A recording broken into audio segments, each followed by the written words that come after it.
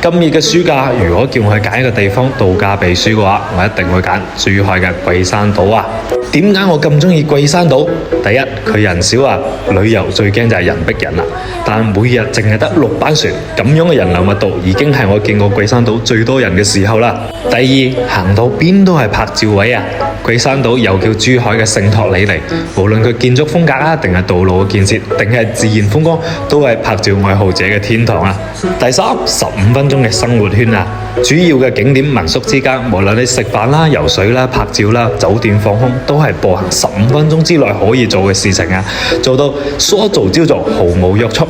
北望香港嘅大嶼山，西望澳門嘅氹仔，盡享珠海慢生活嘅度假節奏啊！第四點就係驚喜啦！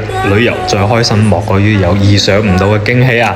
海上風車流，肉眼可見嘅銀河，海上最靚嘅日出，燈光秀一般嘅漫步小巷，波光粼粼嘅蘆葦群，港式風味嘅鮮蝦雲吞，等等等等，呢啲都係各種攻略冇提過嘅驚喜啊！